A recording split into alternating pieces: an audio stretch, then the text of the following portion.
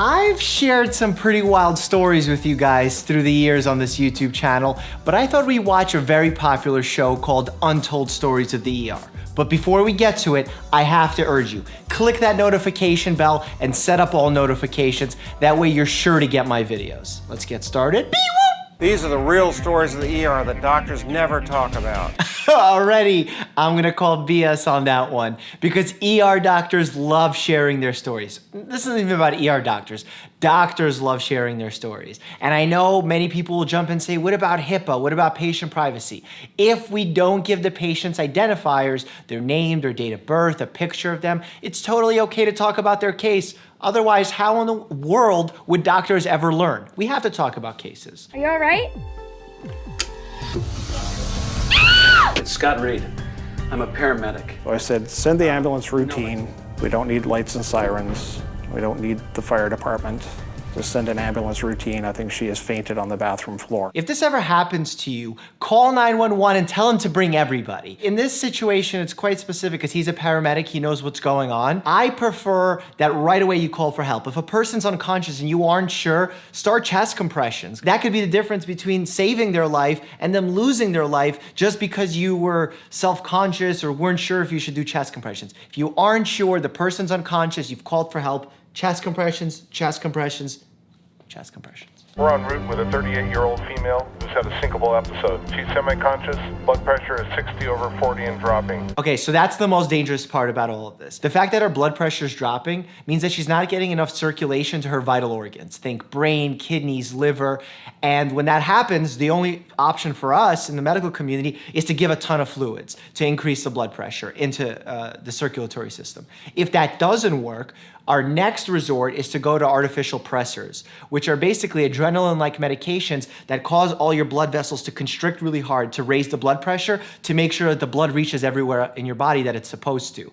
If that doesn't happen in time, that could be a cause of death. It's called shock. So basically she's going into shock and we don't know why. An ECG, a stat portable chest x-ray, CBC, E7, troponin, a D-dimer, an ABG, and a stat bedside cardiology consult. I need an echo right away, please. Okay, so all these tests that he's ordering all make sense. These are all the tests that you'd want to know just to possibly get an idea of what's going on. When a patient comes into the ER, you don't know anything. You don't know if they're anemic, you don't know if they have an infection, you don't know if they have a pneumothorax, has their lung collapsed, is she having a heart attack? So you need all of these tests done as quickly as possible so you can slowly start stabilizing the patient and creating a course of action. She's apneic, we're gonna lose her. Bagger. So when a person loses consciousness like that and they're out of it and you have to breathe for them, right away that's a sign that that patient may need to be intubated. Intubate is when you put a breathing tube down for them. Obviously, the most important part of that is to help them breathe. But the second most important part is to protect their airway. Because if she were to vomit, then that vomit can go right into her lungs and cause even a more serious problem. When a patient is unconscious, they don't have a gag reflex to protect them from inhaling vomit. So that's why we rush right away to intubate. Take care. Yet for Dr. Christopher Mikos, This Dr. Mikos needs to tell me what's going on with his scrubs. I like cool scrubs, but I don't know what's happening with those. Maybe this episode is from a really long time ago and those were in then. I think I'm gonna have to make him send him a sample of my upcoming scrub line. His face and whole body was covered in hives, and he was retracting. His muscles were being pulled into his chest. This is a critically sick child, the serious medical condition known as anaphylaxis. So two things happen during anaphylactic shock that are very dangerous. One is that the oral airway starts swelling. And when that happens, obviously you can lose your ability to breathe. The second thing that happens is because you have shock, all of your blood vessels dilate and therefore it drops your blood pressure. This is another form of shock that can be quite deadly because again, you're not perfusing and getting blood flow to all your vital organs. Anaphylaxis is deadly. That's why we hand out EpiPens to all of our patients who have gone into anaphylaxis or at risk at going into anaphylaxis.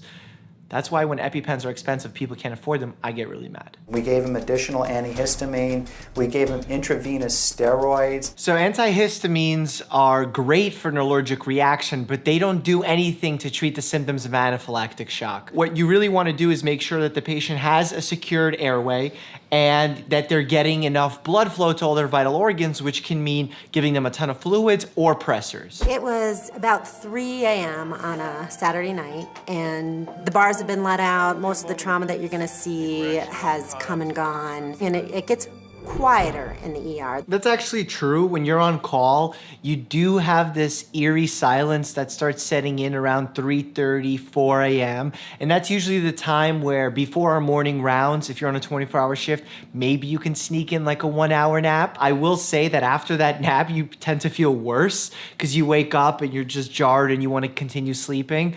So my general advice for medical students, residents, or anyone who's doing those types of shifts, keep it short. Do like a 30-minute nap and then get up and do some work. Because if you start entering the REM cycle and come out too early, that can be really problematic and you'll wake up all groggy. 18 years old, missing left forearm. Didn't do vitals yet. Okay, Becky, get vitals. Let's get him on the bed. Did any of those cuts, are they on the abdomen? Did any of them go into lungs, into the stomach, anywhere that we need to deal with right now? The first thing we do in these types of trauma situations is undress the patient as quickly as possible, because it's very easy to miss a wound if you don't have the patient there completely naked. And that sounds like a weird thing to do, but if you step 1 foot into any level 1 trauma center, you will see the first thing doctors do, take scissors and cut off all the clothes. We need to see if they're bleeding from anywhere, because if they have a puncture wound in their abdomen and we miss it and they're pooling blood into their abdomen, they can just go ahead and die right in that moment without us being able to even help them. Let's open her chest. Want to do that here? The procedure is called a thoracotomy, and it's almost never performed outside the sterile environment of an operating room. I've never heard of a thoracotomy be performed in an ER, ever. Scalpel? At least try and create a sterile field. Don't just say we're gonna open up her chest, scalpel. And she doesn't currently have a pulse. I feel like a lot is inaccurate in this representation. What did he say? I don't know. You're gonna have to talk to the mother. You speak Greek. You Greek? You speak Greek? My wife is fluent in Greek, and she would be happy to help. I'm in a bit of a situation here, and I need your help. Can you help me translate? So this is kind of messed up because it is a HIPAA violation. It's like a patient privacy issue. But in an emergent situation, perhaps that could be put on hold. What happens in regular hospitals, we have translator phones for this, where one person picks up one phone and the other picks up the other, and through a translator or interpreter, we can actually have a normal conversation. I don't know why he needs to call his wife and get her involved. Sometimes it's like a needle in a haystack trying to figure out what's causing the allergic reaction. If a child is having a severe allergic reaction, an anaphylactic shock, it's not of utmost importance in the ER to figure out what it was from. The most important thing is to stabilize the patient using epinephrine, and if that fails, to put a breathing tube in and then give steroids, high doses of steroids, keep the pressure up through fluids and or pressors. And then later down the line, we could start figuring this out. I'm surprised he started doing all of this investigation here. Lo and behold, you know, I'm like looking at the apron and I'm like thinking food. And not because I was hungry. Papu, your apron. Nuts, nuts.